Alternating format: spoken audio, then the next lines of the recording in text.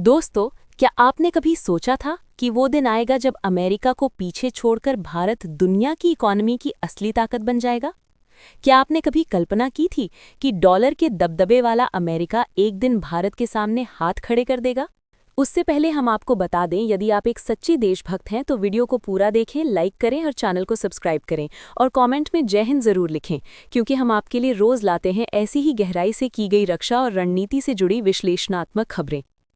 अगर नहीं, तो अब वक्त आ गया है, क्योंकि जो खबर मैं आज आपको सुनाने जा रहा हूं वो किसी छोटे मोटे न्यूज़ चैनल की नहीं, बल्कि खुद IMF की है।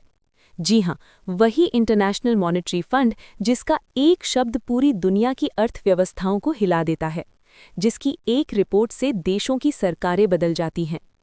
तो हुआ क्या है भाई? IMF ने अपनी ताज़ा रिपोर्ट में एक ऐसा बम फोड़ा है जिसकी गूंज वॉशिंगटन से लेकर बीजिंग तक, लंदन से लेकर टोक्यो तक सुनाई दे रही है। रिपोर्ट में साफ साफ दो टूक शब्दों में कहा गया है कि ग्लोबल GDP ग्रोथ में भारत का योगदान अमेरिका से दोगुना हो चुका है। सुन रहे हैं आप? डबल। वो अमेरिका जिसे दशकों से पूरी सदी में दुनिया की सबसे बड़ी और सबसे ताकतवर इकोनॉमी कहा जाता रहा है, जिसके डॉलर का डंका पूरी दुनिया में बजता रहा है, आज वही अमेरिका भारत के मुकाबले आधा रह गया है, पीछे छूट गया है। और ये मेरी बात नहीं है दोस्तों, ये कोई भारतीय मीडिया की बढ़ा चढ़ाकर दी गई खबर नहीं है। ये तो IMF के ठोस और पुख्ता आंकड़े कह रहे हैं। लेकिन रुकिए, कहानी यहीं खत्म नहीं होती। असली मजा तो अब आता है, जब ये डेटा पूरी दुनिया के सामने आया, जब ये रिपोर्ट पब्लिक हुई, तो दुनिया के सबसे अमीर इंसान और सबसे प्रभावशाली उद्योगपति एलन मस्क ने एक्स पर एक ट्वीट किया, जिसने इस पूरे मामले को और भी दिलचस्प बना दिया। मस्क ने बड़े आराम से और पूरे कॉन्फिडेंस के साथ लिखा, the balance of power is shifting, यानी ताकत का संतुलन अब बदल रहा है। अब जरा गौर से सोचिए, एलन मस्क जैसा शख्स जो टेस्ला चलाता है, जो स्पेसएक्स के जरिए रॉकेट अंतरिक्ष में भेजता है, जिसकी नज़र 24/7 ग्लोबल ट्रेंड्स पर रहती है, जो हर चीज़ को बिजनेस के नज़रिए से देखता है, अगर वो ऐसा बोल रहा है तो इसमें दम ज़रूर है, इसके पीछे कोई बड़ी सच्चाई ज़रूर है। तो चलिए दोस्तों, आज मैं आपको पूरी कहानी बताता हूँ कि आखिर भारत ने ऐसा क्या धमाल मचा दिया।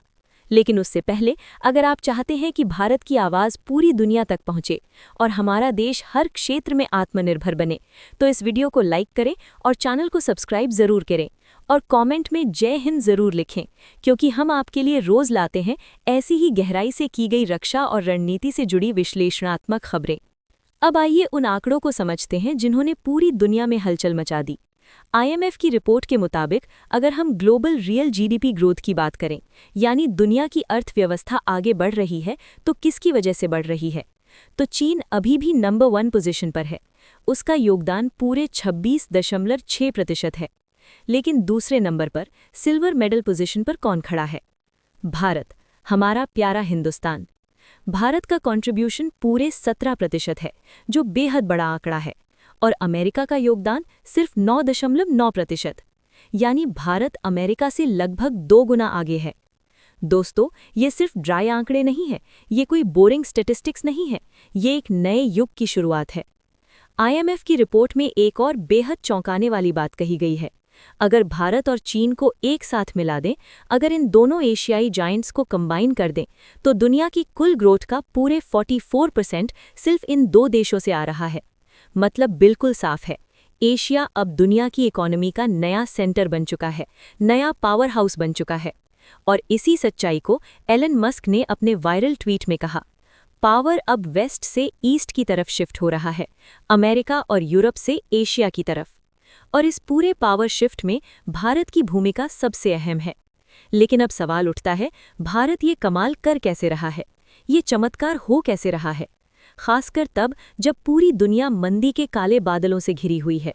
यूरोप की फैक्ट्रियां बंद हो रही हैं, अमेरिका $38 ट्रिलियन के कर्ज में डूबा हुआ है। इसका राज छिपा है भारत की इकोनॉमी की मजबूत बुनियाद में।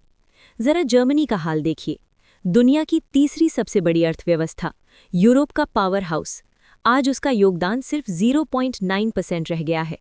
वो जर्मनी जिसकी मर्सिडीज, BMW और वोक्सवैगन पूरी दुनिया में दौड़ती थी, आज उसकी फैक्ट्रियां बंद हो रही हैं। क्यों? क्योंकि यूरोप इस वक्त डी इंडस्ट्रियलाइजेशन के दौर से गुजर रहा है। लेकिन भारत में बिल्कुल उल्टा हो रहा है। यहाँ नई फैक्ट्रियां खुल रही हैं, नए उद्योग लग रहे हैं। हर हफ्ते कोई ना कोई बड़ी कंपनी निवेश की घोषणा कर रही है। अब बात करते हैं भारत की उस छिपे हुई ताकत की। जनवरी 2026 में एक बेहद दिलचस्प घटना हुई।